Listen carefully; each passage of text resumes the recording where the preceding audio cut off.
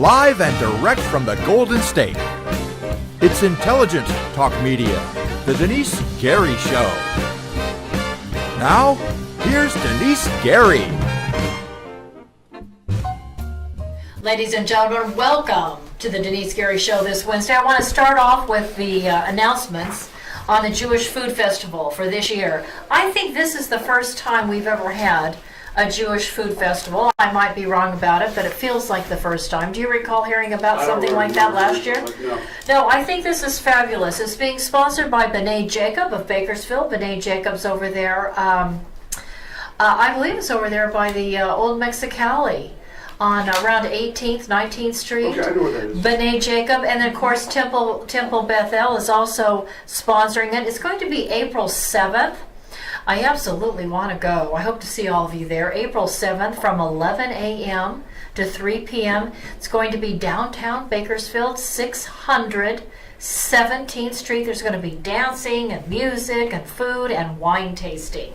So ladies and gentlemen, let's support the Jewish community here in Kern County and Bakersfield. Let's go out to the Jewish Food Festival, April 7th, 11 a.m. to 3 p.m. there at 617th Street.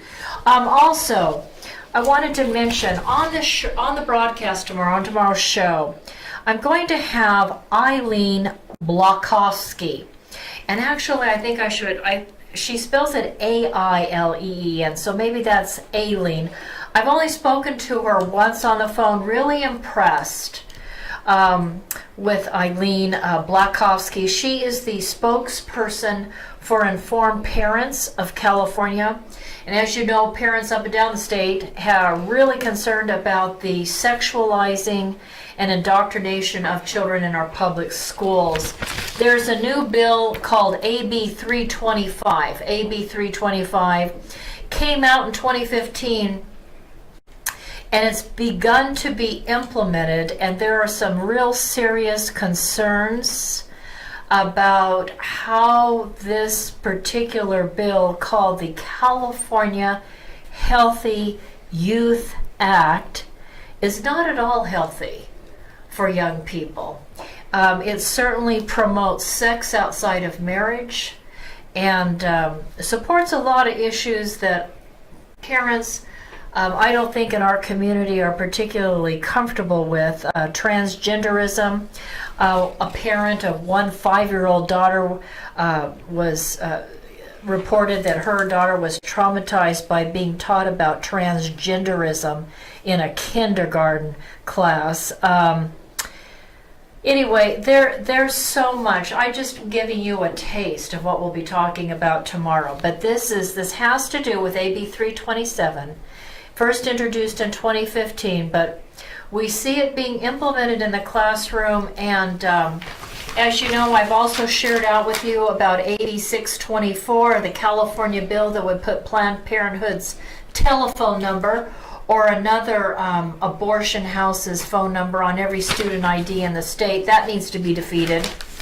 And that other piece of legislation, AB 175, where a California legislature, by the way, these are all Democrats in the California state legislature that have put forward these bills. Anyway, by the way, AB 329 is a law, but it's got to be repealed. But AB 175 mandates that transgender pronouns be used by foster parents. You recall me talking to you all about that. That if you're a foster care parent and a Christian, you cannot exercise your free speech. And if a child walks home from school one day and says to you as your foster care child, I'm now going to be referred to as Sam as opposed to Samantha, and you need to start referring to me as he or Sam and start buying me clothes that make me look like a boy. That's what foster care parents are up against here in the state of California. So we'll get to that tomorrow. I just hope that all of you parents out there and grandparents will be listening to tomorrow's broadcast and share it out. It's really important. Today's show is really important. I want to say that I'm really concerned that members of Congress are calling for a congressional pay raise. Would you hold up those phone numbers for me? Please, Robert. It says here that the House Majority Leader, Steny Hoyer, he's a Democrat, he's calling for congressional pay raise since he says salaries have been frozen since 2009. And he writes, Americans ought to have our nation's diversity of economic backgrounds. Well, let me tell you something, ladies and gentlemen. Representatives in the House and the senators, they make $174,000 a year. So that, ladies and gentlemen, that already puts them in the top 5% of wage earners in America. I don't think they need to have more diversity than that. So if representatives and senators are already making what only 5% of Americans make across the country, isn't that enough? The majority and minority leaders in the House of Representatives and the Senate, they make almost, wait for it, $200,000.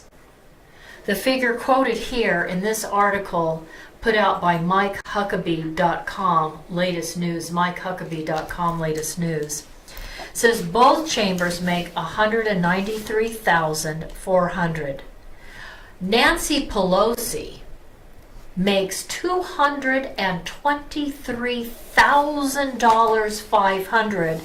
But you know, she told all of the American people, and by the way, the average, the median household income in America is $61,372, and she told Americans that it was just crumbs they would get from the president's tax cut.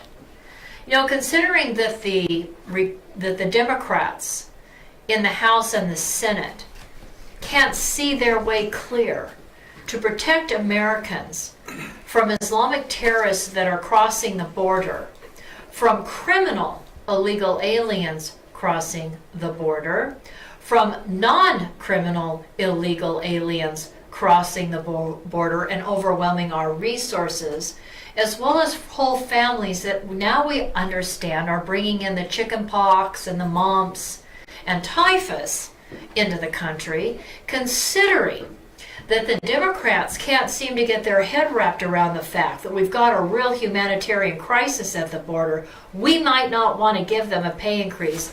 And I just read a piece about Gavin Newsom. Gavin Newsom said that the reason why he couldn't, where is that? I got to share that out. You've got it. That Gavin Newsom said, no, that's not what I wanted. Gavin Newsom said that he couldn't have the death penalty in the state of California because he thought it was immoral. And yet, think about this. Some of the men on death row, including illegal immigrants, I remember just reading a case about one of them raping a 5-year-old and setting her on fire in front of her mother and her siblings. But Gavin Newsom, the Democrat, thinks it's immoral to put that animal to death. He raped a little girl and set her on fire and killed her in front of her mother and siblings. I don't even know how you get past something like that in life. I don't know how you go through the emotional healing and just hope that one day, you get that out of your head. That family has to live with that forever. Unbelievable.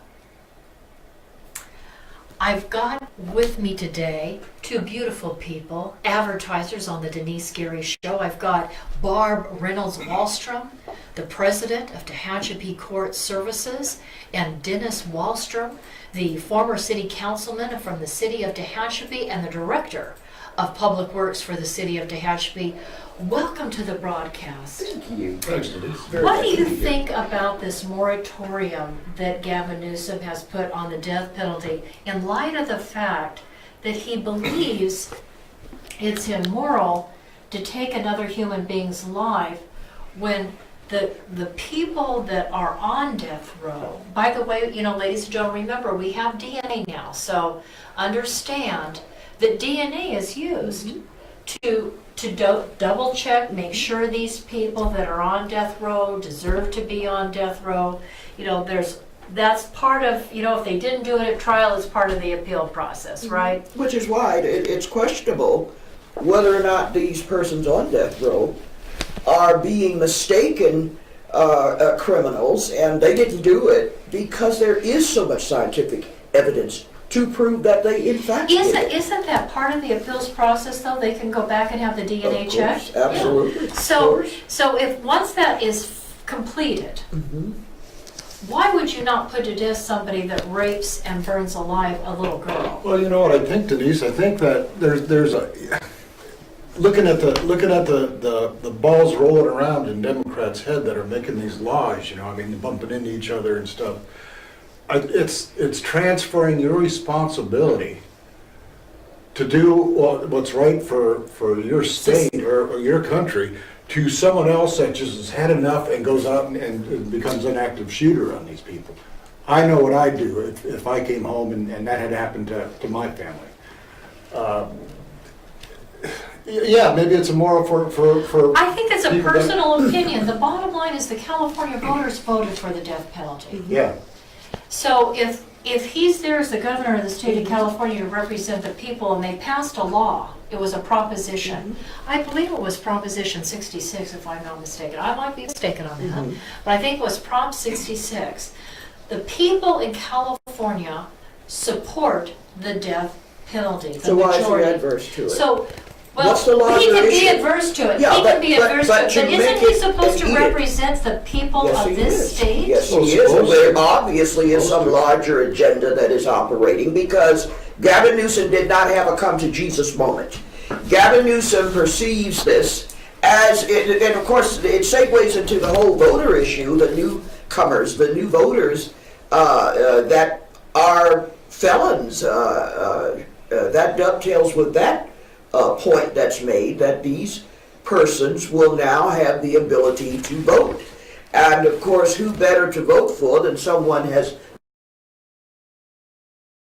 I find it very suspect that he is suddenly desirous of there being no death penalty in the state of California, especially when you factor in the voting issue and they having the desire to swell their voter rolls. This is the gal's name. I'm not sure. Am I included in the? Okay. Cindy Rael, R-A-E-L, says she was home Wednesday morning watching television when the news turned personal. She said she just saw on the news report that Gavin Newsom was halting executions in California, including for the man that killed her daughter, lighting her body on fire in front of her children. She says, I have to live with this every day of my life. Another woman, Tammy Alexander, wife of a former NFL player, Kermit Alexander, who supports the death penalty, was just horrified when she heard that Gavin Newsom felt that the intentional killing of another person is wrong. This woman says the couple had waited for more than 3 decades for a person by the name of Technon Cogs who shot and killed her husband's mother, sister, and 2 nephews. That's Kermit Alexander's family? Yes. That was killed? Yes. That's tragic. And his mother was killed, his sister was killed, and 2 nephews in South Los Angeles in 1984. And her husband could not even begin to comprehend the governor's decision. Ladies and gentlemen, I understand that in cases where there's some question, let's get the DNA, let's check it out. Let's Sure, make sure if that absolutely. person's innocent, they need to walk out of prison right now, absolutely. But in some of these cases, their eyewitnesses that were right there saw them murder their family members. And there's no question. About their Guilt or innocent. culpability, There's no absolutely. question Yeah. about it. And this is what I'd like both of you to comment on. This is what I don't understand. when I read a statement by the governor of the state of California that says the intentional killing of another person is wrong, and as governor, I will not oversee the execution of any individual. That's quote unquote. Ladies and gentlemen, I'm sorry you had to watch another broadcast, Thursday's broadcast yesterday. I was at the doctor, and one of the things, they were doing a barrage of tests yesterday. One of the tests that I took was an ultrasound of my heart. And I could see the heart beating on the screen. I could see it, I could hear it. And I thought of the time when I was married, once upon a time, and I was pregnant twice. I lost both those infants due to miscarriage. And I remember lying there and looking at the screen and seeing that little infant and hearing their heartbeat. And I have to tell you, as I was lying there yesterday hearing my heartbeat, I just thought of those precious ones that once lived inside of me and hearing their heartbeat. I don't know how the governor of the state of California can say that he doesn't support the death penalty with regards to someone that's committed a heinous crime, but he can support the death penalty once a baby's heartbeat can be heard, which is within the first month. I can't even begin to understand how you don't save an innocent life. If you don't want the baby, ladies, you don't need to keep that baby. You just leave that baby in the hospital, or you can take that baby to a fire department or police station. There is no way you have to keep that baby if you don't want it, but you don't need to commit murder. Those two can't be reconciled, Denise. They just can't. You can't, on the one hand, agree that the death penalty is cruel and unusual punishment. Right. Notwithstanding the obvious murders for which they were found guilty. That is something that should be kept in place. Don't execute those individuals. And in the same tongue, you talk about the death or the abortion of born children and millions, literally millions. And there's no way to reconcile that except to say that's a political, ideological position that is taken. Of course it's a political position. There's no other way to reconcile it. And also, it's their morality is a matter of convenience. That's all it is. I think that's what it is. I love that. Mm-hmm. It's a matter of convenience. That's it. No deep-rooted concept of good and bad or evil, but simply for political expediency purposes. That's right. That's right. That's tragic. Ladies and gentlemen, I've got so much more we want to get to during this broadcast. Yes. We went a little bit long and all that during the first segment. I want to share out with you something that you have not heard on any other broadcast. I don't believe it's been on Fox News, CNN, any other broadcast, but you're going to hear it on the Denice Gary Show. Ladies and gentlemen, we'll be right back. Okay.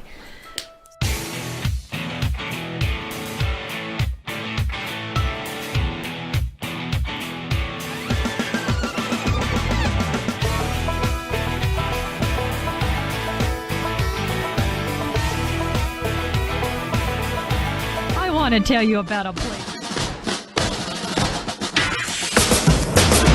I am a soldier and I'm marching on.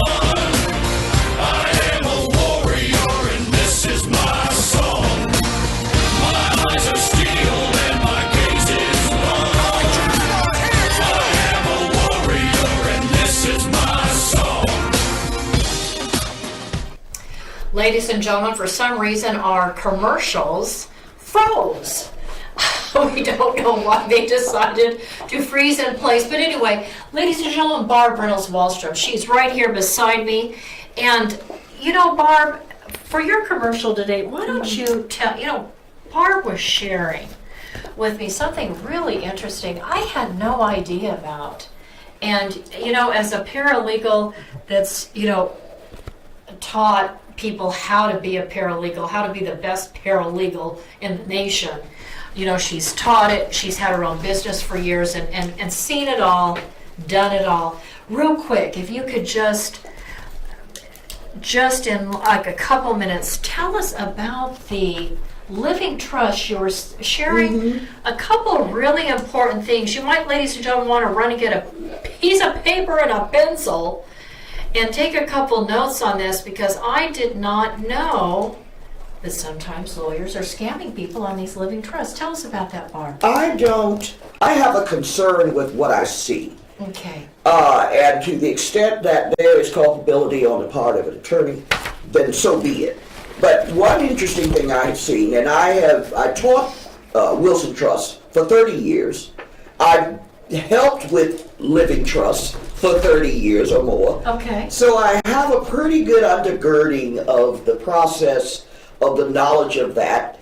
And I have two very important points that I'd like to get out regarding that. One is, you must, if you're going to do a trust, you must, if you have any real property, that trust, that title to that property has to be taken from the individual name and placed in the name of your trust. John Doe, trustee of the John Doe family revocable trust of March 20th, 2019. It has to be in your trust name. If it's not in your trust name, then it triggers probate. Okay, so let's bring that down a little bit. Okay, so if you have a will that you've written down and you want to trust a family member with that after you die, they're the trustee, is that correct? It's not a will, it's a trust. If you only have a will. Okay, that's something altogether different. There's an attorney that I read that said if all you have is a will, that attorney has committed malpractice. You need a trust in order to bypass probate. A will not do it, but a will is part of the trust documents that I prepare. Okay. And that trust needs to show that your real property has been transferred from your individual name into your trust name. And your trust name could be is, say, Denice Gary, trustee of the Denice Gary Revocable Living Trust of March 20th, 2019. It's very important to date your trust. And that deed needs to be recorded with the Kern County Recorder's Office. There's also something that you may not realize that is included in, say, your power of attorney regarding financial decisions or your advanced health care directive.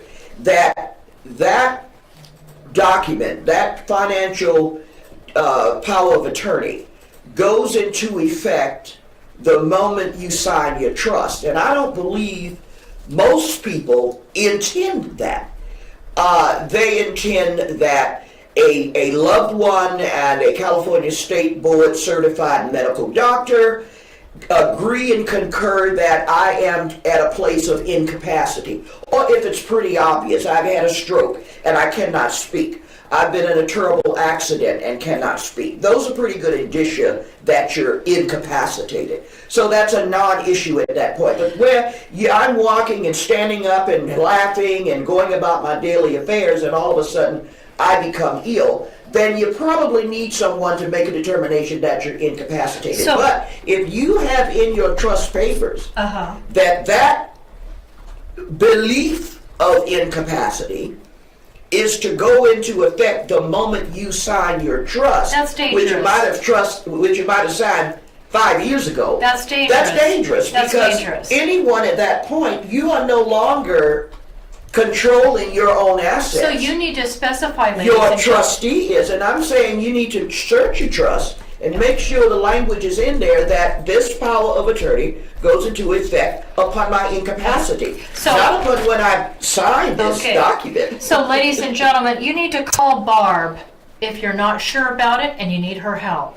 And it doesn't matter where you are here in Kern County, What about Los Angeles? I'll go to, I do work She in does Los business in Los Angeles as well Angeles. for decades. Oh, okay, Sure. so her number, 661, 805-3306. that's right, 661-805-3306, 805-3306, And they can call 661. me on the weekends because my clients are working people. Okay? Okay. And I have to accommodate their schedules, their children, their businesses, so I come at their convenience. And You do heard it, not ladies and hesitate gentlemen. Barb to call Reynolds. me if it's 7 o'clock in the evening. Do not hesitate to call me. Barb Reynolds-Wahlstrom, president of Tehachapi Court Services. On Sculpt 365 Fitness, ladies and gentlemen, please know that you can get yourself in shape and lose those pounds. Just sign up at Sculpt 365 Fitness. You know, I really want to encourage everybody to do that because Craig Jansen is a Navy veteran and we want to support our veterans. Absolutely. His number, 661-679-7116. 661-679-7116. Give Craig Jansen, Navy veteran, a call and let's get signed up to get ourselves in shape. Okay, moving on. I wanted you to hear the president of Brazil. We finally have in South America, we finally have in South America a president who is a capitalist and not a socialist or a communist. We finally have in South America a president that's not in bed with Islamic organizations, Islamic terrorist groups.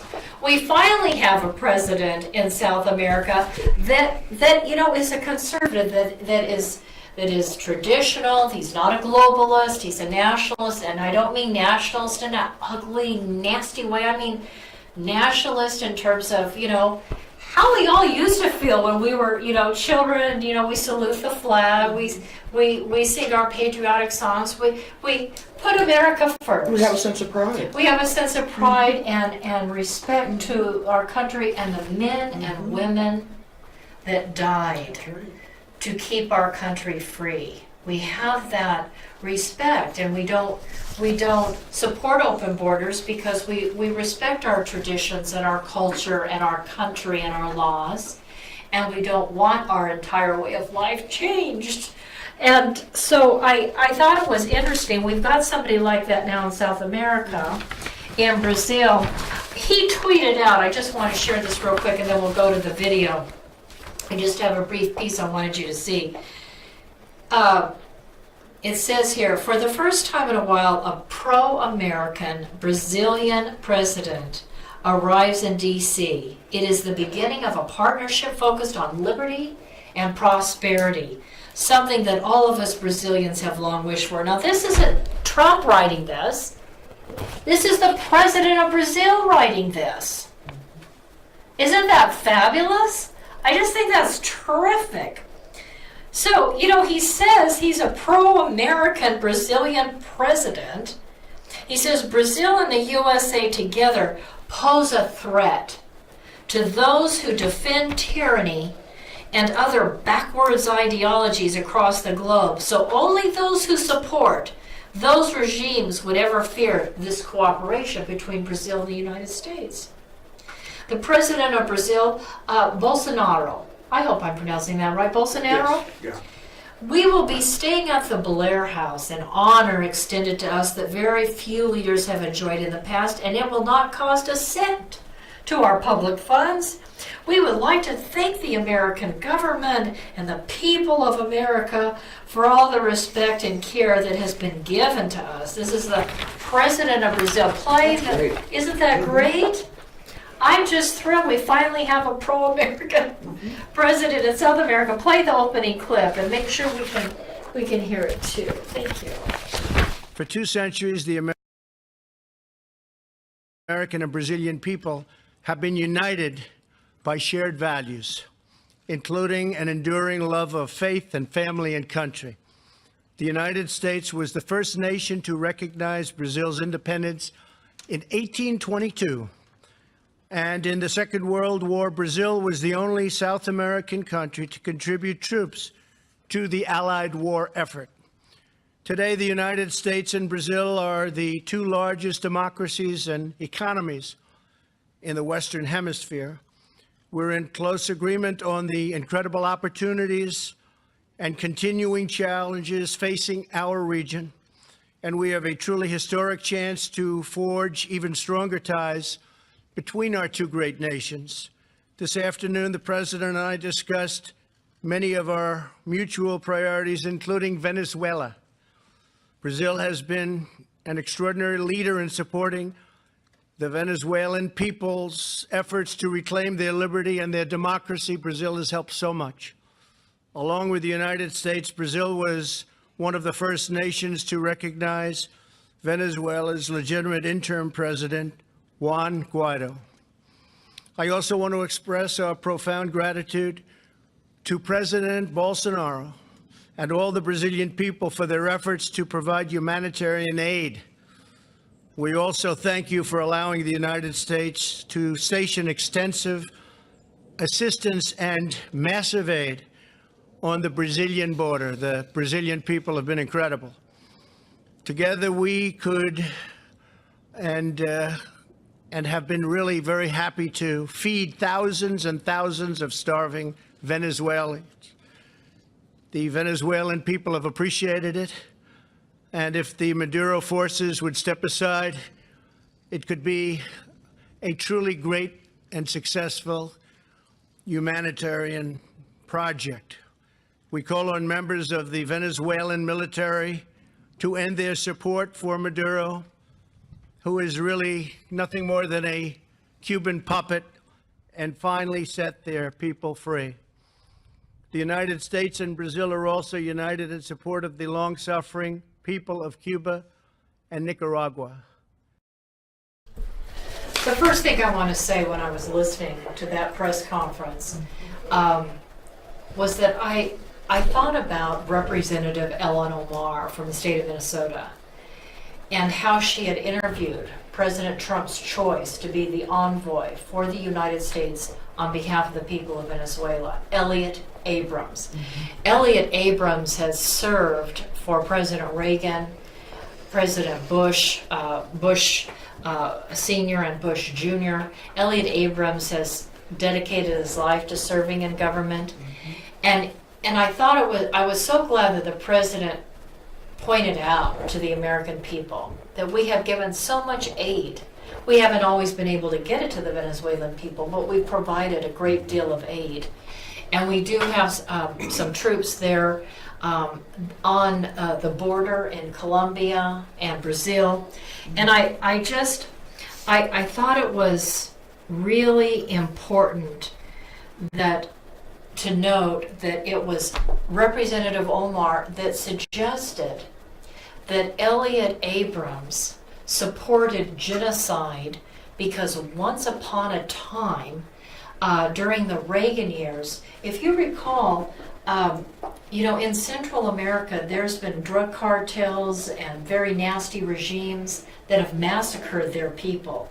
And the government of the United States never supports innocent people being killed. Unless, of course, we're talking about Hillary Rodham Clinton, who couldn't seem to, as the Secretary of State, to get troops down there in Benghazi, Libya, after Christopher Stevens begged her and the State Department to provide some more Marines as reinforcements, because already Christopher Stevens had watched the International Red Cross pack up and move out, because Christopher Stevens, the U.S. ambassador to the United States, had already watched the British consulate pack up and move out. Since Christopher Stevens, the ambassador, and our Marine and CIA agents down there had already watched other foreign governments literally pack up and move out of Benghazi, we still maintained a CIA and a diplomatic mission. 2 places there in Benghazi, as well as in the capital of Libya, Tripoli. And it's unbelievable that everybody in Libya that was an American was saying, we really need some backup. We really need some backup. And it never came. Things are deteriorating, and it never came. Who else does that remind you of? It reminds you of Bill Clinton in Somalia, where Omar is from. Remember Somalia? And all the Islamic terrorists there, and how they drug our U.S. Marine men through the streets naked, dragged their bodies through the street, Black Hawk down. Remember that? Because Osama bin Laden said that Bill Clinton, William Jefferson Clinton, didn't have the guts to provide the backup that our Marine forces needed in Somalia. President Clinton, and then later Secretary Clinton, Democrats, let our people die in the field. They were only trying to serve the United States national security interests. And I think about Omar sitting there in Congress calling Elliott Abrams, who was testifying before the House Foreign Affairs Committee, telling him that she didn't trust him and she didn't believe in him to do the right thing in light of all of the food and medical supplies and all that the United States government has been doing to try to back up peace and prosperity in Venezuela. And ladies and gentlemen, I'm going to ask you to comment just a moment, Denice and Barb. Just give me one more moment. So on top of all of that, I think about how Rashida Tlaib, the representative from Michigan, and Omar, and Andre Carson, the three Muslims that are sitting in the House of Representatives, this isn't racist. I'm just asking you to think about it. They have stood in support of Hezbollah, the party of God backed by Iran. And the Hezbollah forces, these are terrorist forces, they have militias on the ground in Venezuela.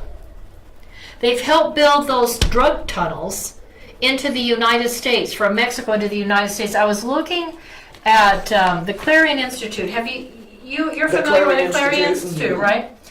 The Clarion Institute, and of course confirms what I already know, having had top secret clearances, that Hezbollah terror cells are here in the United States. According to the Clarion Project, they're in at least 14 states. I believe they're in more, but we know for sure, according to this latest intelligence that's come out in February of 2019. Does that include California? Oh, yeah. It includes California. Through the border. They come up through the border. I see. Yeah, they come as Hispanic, as Latino people. They come up as Latino. They often have learned Spanish, and they just come in that way, just to infiltrate the communities as illegal immigrants. It's been going on for several years, and I thought it was interesting that he pointed out Mexico, El Salvador, Nicaragua, Belize, Panama, Guyana, Brazil. This is why. You think about it, ladies and gentlemen, you saw a clip from that press conference. This is one of the reasons why the President of Brazil and the President of the United States are speaking with one voice, because they know what's going on. Iran has a foothold in South America. Iran has a foothold and is trying to take out Israel through Hamas in the Gaza Strip, in Lebanon, in Syria, in Iraq, and Yemen. Iran has a foothold in South America, and Russia and China are right there to back them up. And they're about to have a foothold in North America. That's what's chilling, and we need to appreciate that the movement of these terrorist groups. Ladies and gentlemen, I want to. We've already run out of time in this segment. Before we go, Denice, did you want to respond to any of that? Did you have something you wanted to share out with the audience? Yeah, but I probably shouldn't do it. Oh, okay. Of course, there are Muslims that are peace-loving. There are Muslims who are secular, and we always need to bear that in mind. We don't want to suggest. We're not suggesting here on the Denice Gary Show in any way, shape, or form that there aren't Muslims who are peace-loving or are secular, are not participating in this. And we'll get more into that into the next segment. But carefully, Dennis, if you wanted to say something. It's a controversial subject. It's a serious subject. I think to answer Barb's question is about those people coming to North America. Look at the people who support it. I mean, the people that do it on TV every night. So how far are they really into it? How much influence do they have? This is the thing. We've got the Grand Wizard and Nazi member David Duke supporting Omar and Tlaib and Andre Carson. Well, that proves conclusively they're Democrats. It makes sense. Well, The KKK are the Democrats. that they would support Omar and Tlaib and Carson, certainly in their anti-Semitism. Which is against aligned Jewish with the American- Democratic Party. Well, and which is aligned with Islamic groups, because we also know that Omar has called for lighter sentences to those who have been arrested and tried for joining ISIS. Go to the Jewish Journal. It's in other places too. I mean, there's other reports. I just pulled mine off the Jewish Journal. Representative Omar called for lighter sentencing for men who tried to join ISIS. She endorsed the Somalian president. Now, as you know, Somalia is a very dangerous Muslim country where people are mercilessly killed for the slightest offenses that violate the Quran. She endorsed the president of Somalia, and her brother-in-law works for the Somalian president. She has, of course, worked for leniency after 9 men accused of working to join ISIS. She demanded leniency on their behalf. She has, for a woman that's lived here for 24 years of her life, she's continued to not make anti-Israel. It's not what the Democrats tell you. It's not just anti-Israel statements, although she's made those too. It's anti-Jewish. And I want to talk about Judge Janine when we get back. I want to go over that. She's never stood against the female genital mutilation, which, frankly, ladies and gentlemen, I mean, I'm sorry to say it, Jackie Sullivan, city councilwoman here in Bakersfield, the late former Mayor Hall, they invited the Dawoodi sect, that's a Muslim sect, into Bakersfield, into Kern County, and they're all over this female genital mutilation. We've got, in fact, I brought in a report for Mr. and Mrs. Wahlstrom on the female genital mutilation. This is a serious problem, ladies and gentlemen. You don't hear Tlaib, you don't hear Omar, Representatives Tlaib and Omar, you don't hear Representative Andre Carson talking about the viciousness of female genital mutilation. Not a mumbling word. Yeah. So, but we've got to pay the bills. We've got to go to commercial break. We'll be right back. Thank you for listening, ladies and gentlemen. We'll be right back on the Denice Gary Show.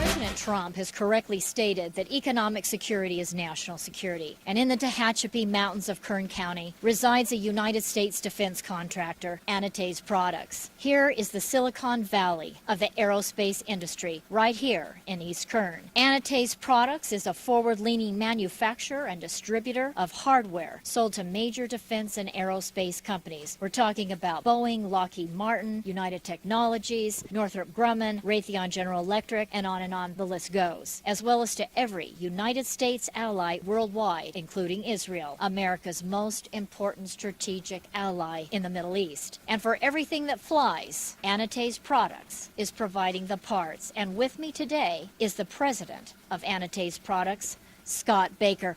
Hi, Scott. How you doing? Scott, tell us why you believe this corner of Kern County is the hub of the aerospace industry. Well, this portion of Southern California here out in the Antelope Valley, it contains, some of the most cutting-edge technology going on in aviation today. We have some of the UCAS programs with unmanned technologies going on. We have Edwards Air Force Base out here, who's doing continual testing in their area. We have the Naval Weapons Station up there at China Lake, doing some fantastic cutting-edge stuff, cruise missile technology, and those things are going on. We have Scale Composites locally doing a lot of composite technology, which is new. We have SpaceX, which is a private entity putting things into space now. This area is the growth center for aviation's future, and this is the area I think that as a nation we need to be concentrating some of our effort and taking this technology. And as we all know, with the space program from Apollo years ago, out of these technologies, we the private sector are going to reap some of the benefits of that. Thank you, Scott. Ladies and gentlemen, Scott Baker, president of Anitae's Products. Anitae's Products, located in the beautiful mountains of Tehachapi, California, in eastern Kern County, is home to some of the most innovative and specialized technologies in the world, including those at the U.S. Naval Air Warfare Center, Weapons Division at China Lake, Edwards Air Force Base, as well as Stratolaunch, launching satellites capable of delivering multiple orbits in a single flight to space. And it is Anitae's Products that has provided the manufactured devices. And the president, Scott Baker of Anitae's Products, Marine Corps veteran, reactivated on 9/11 to monitor threats to the homeland, is carrying on a tradition of providing for the security of the United States by manufacturing every kind of fastener on anything that flies, as well as providing a full testing destructive laboratory. Contact Anitae's Products, now in business for 30 years, at 661-822-6873. Located at 1314 Goodrich Drive in Tehachapi for your manufacturing and testing needs today.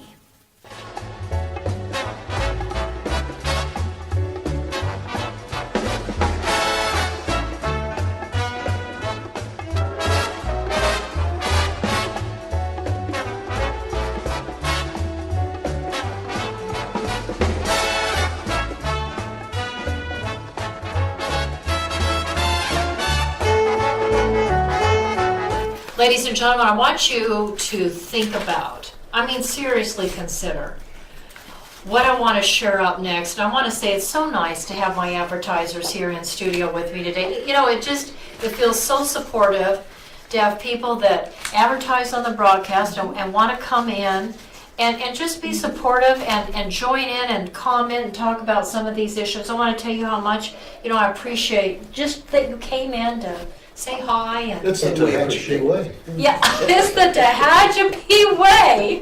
That's right. You gotta love Tehachapi. So, you've all heard that Judge Janine Pirro had her show removed on Saturday, and I guess we're all kind of holding our breath, wondering if she's permanently off now. I can't seem to get the FYI on that. Robert, Mr. Producer, have you gotten the FYI on that? I haven't gotten anything on that either. They're being very tight-lipped about it. But I want, Robert, I'd like you to play the clip that caused the Fox News network to not only reprimand her or rebuke her, fairly public fashion, but then to lift her show off the network for last Saturday. Let's listen to the clip that caused her the problem. So if it's not rooted in the party, where is she getting it from? Think about it. Omar wears a hijab, which according to the Quran 33:59 tells women to cover so they won't get molested. Is her adherence to this Islamic doctrine indicative of her adherence to Sharia law, which in itself is antithetical to the United States Constitution? I don't have to tell you, Nancy, Jews have been persecuted almost from the beginning of time, when they were forced out of Egypt, to the 6 million killed in the Holocaust, and now we are witnessing the rise of anti-Semitism in Europe, where incidents are up 74% in the last year alone in France, where Jewish cemeteries are regularly desecrated with swastikas, and people relay the common tropes of Jews with too much money and influence. We all know how it starts. It starts that way. Hate is hate. Hate leads to violence, and violence leads to retaliation, which then leads to unrest and worse. So let's talk about this for just a moment. Judge Jeanine said, and she spoke directly to Nancy Pelosi, the House Majority Leader, she says, this is not who your party is, giving the Democrats the benefit of the doubt.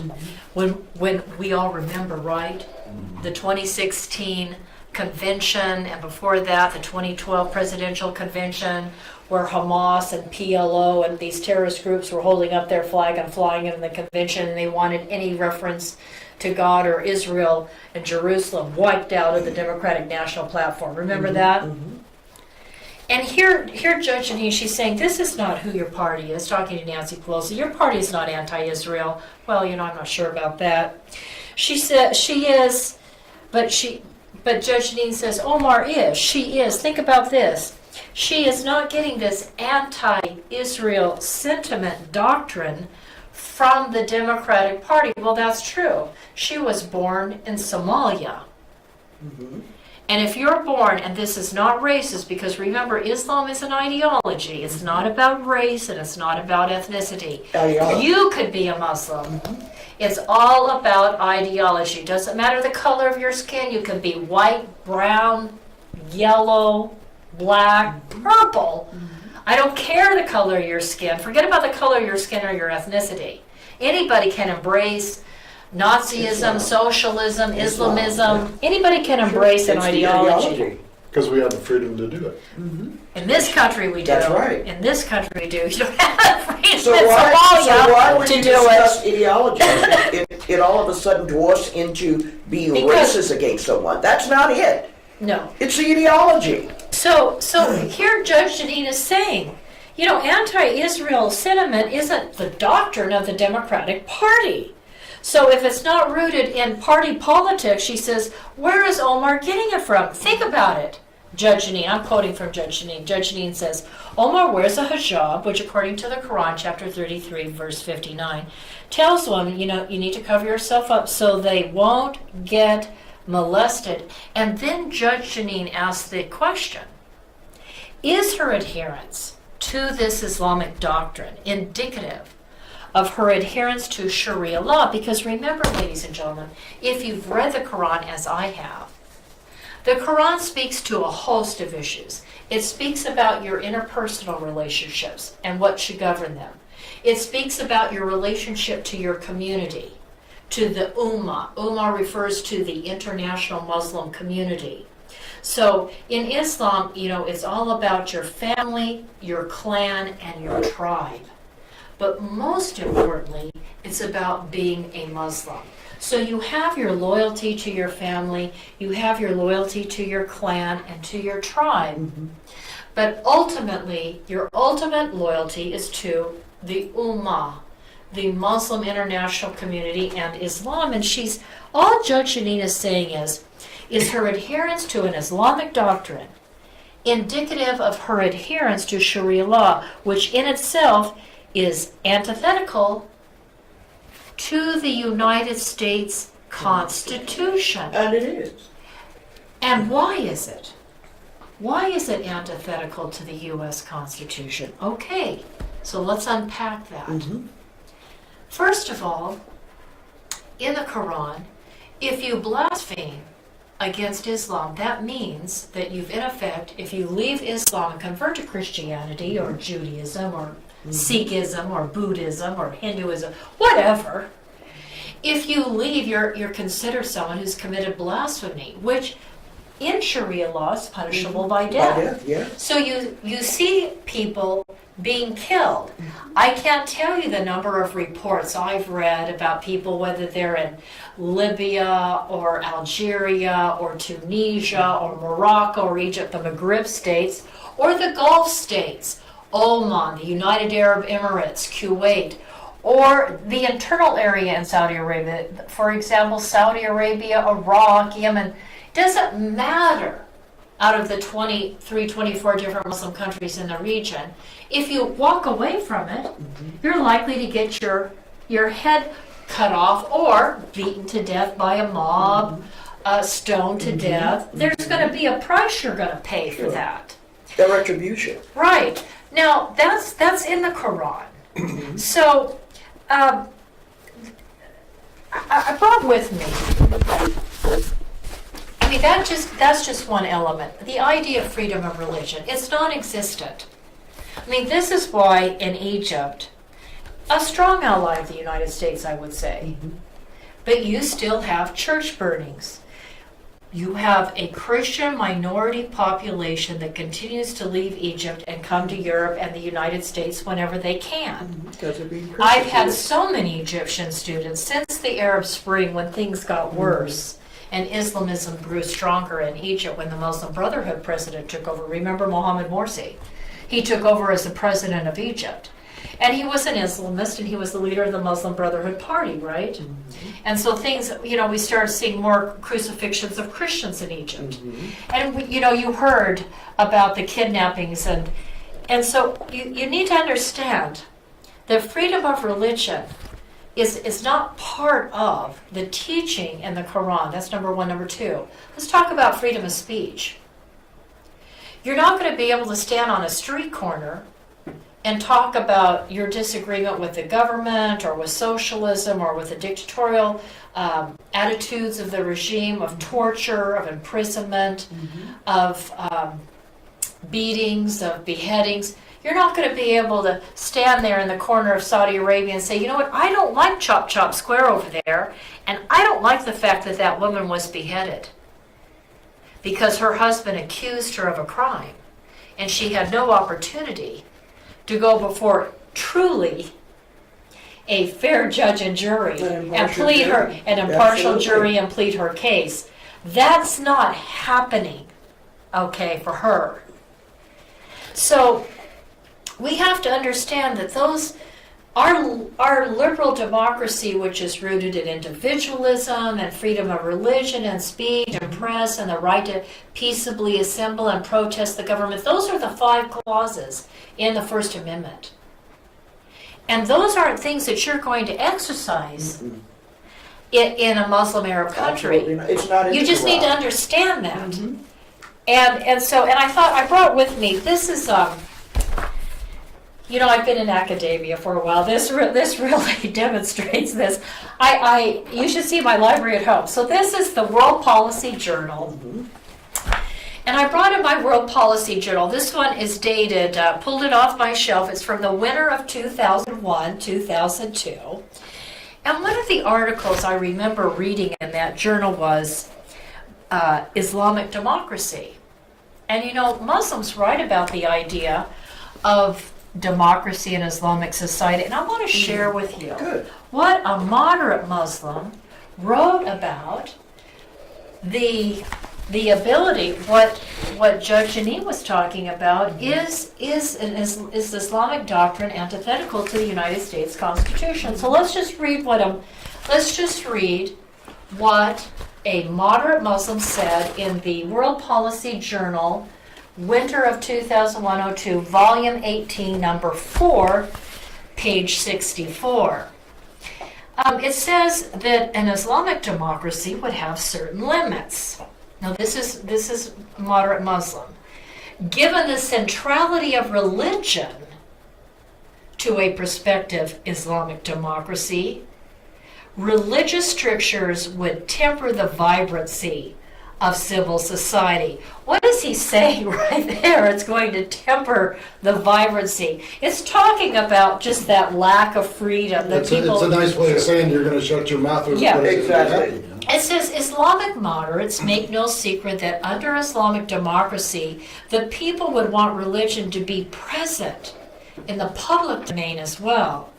Therefore, unlike in the West, the public arena would be governed and regulated by laws inspired by the tenets or laws that are found in the Quran. There can't be any conflict. That's why if you pick up the Constitution of Saudi Arabia, it says the Quran is the highest law of the land.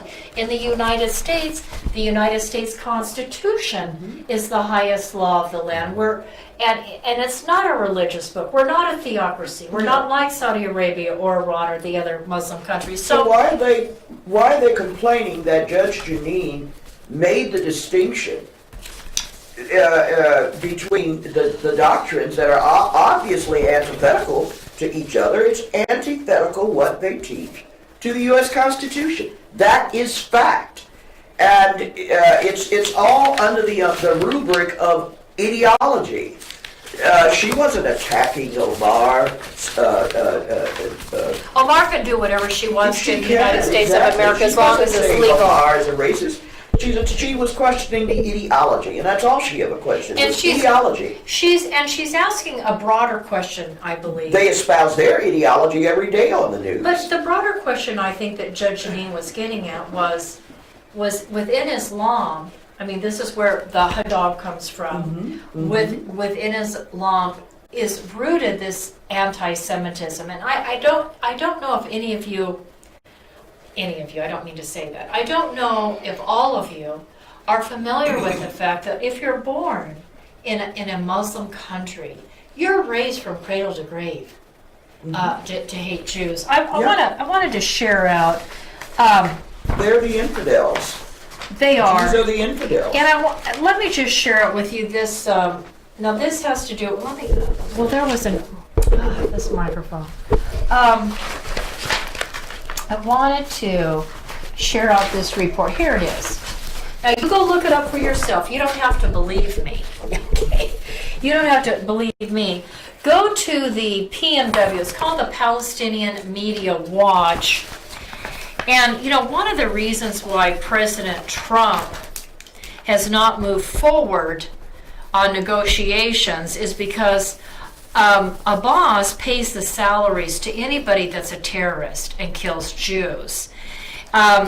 This talks about how in some cases the salaries paid by the PA to the terrorists are higher than the salaries paid to a judge or a doctor. If you're living in the Gaza Strip or you're living under the authority of the Palestinians. So let's say you're living in Jenin, which is a Palestinian-controlled city. Used to be Jewish, but now the Palestinians have taken it over.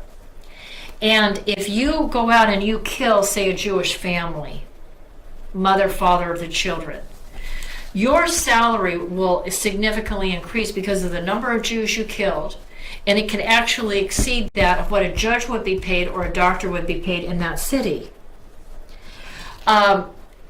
This is a problem. This is why I've always said that there should never be a two-state solution, because you're always going to have this situation in which terrorists will continually be paid. This was a problem the U.S. had with Saddam Hussein. He paid people to go and terrorize Jews in the state of Israel. He'd pay Palestinians money. He'd pay anybody any money that would go kill Jewish people. And of course, there's Christians living in Israel too. Sometimes they've gotten killed as well, and as well as Muslims. So I think it's important. Judge Janine, just understand. Go ahead, you can take it.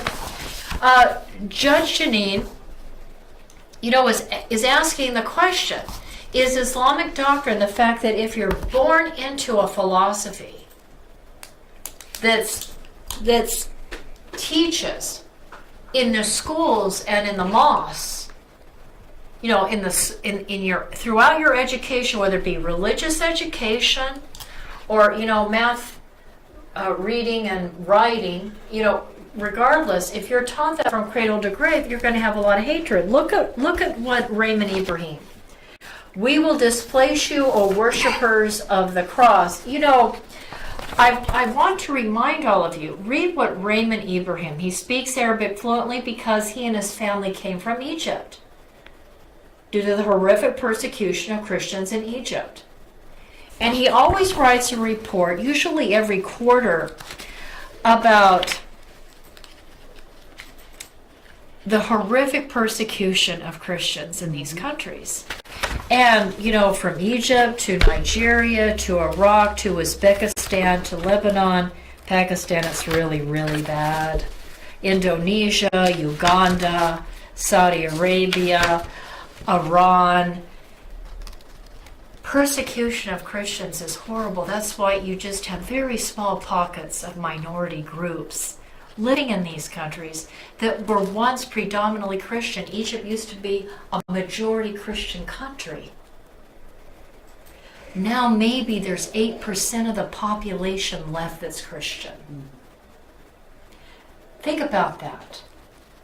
In the 1800s, Christianity was a majority population in Egypt. And those people have left.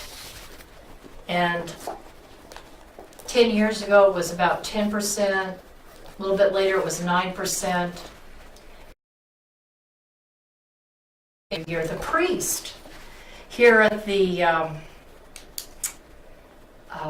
Coptic church out there, I believe it's on Ming Avenue. Is that right? Ming Avenue, the Coptic church, the Egyptian Christian church, Coptic Christian. It's like Orthodox Christianity. The church out there, and I've interviewed the priest on my show. You know, he came from Egypt. He was sent from Egypt because the Coptic Christian church said, you know what, the population in Bakersfield has grown so immensely, you know, you need to go there. We need to build up the church because there are just so many Coptic Christians now in Bakersfield. But it continues to grow in California and other parts of the country and in Europe because of the persecution, and I have to go. So we're not going to get to all of it, but we will another day. Ladies and gentlemen, thank you so much for listening to the Denise Gary Show. We so appreciate you, and please share this show out. Let's spread the word. Let's end the hate speech.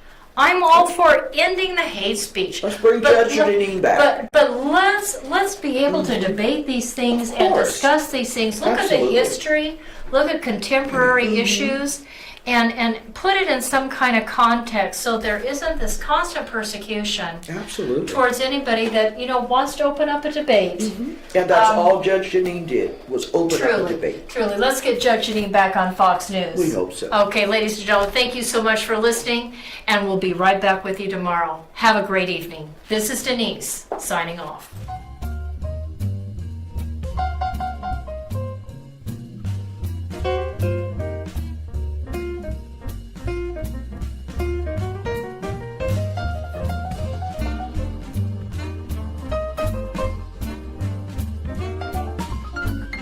Thank you for listening to The Denise Gary Show. Intelligent talk media.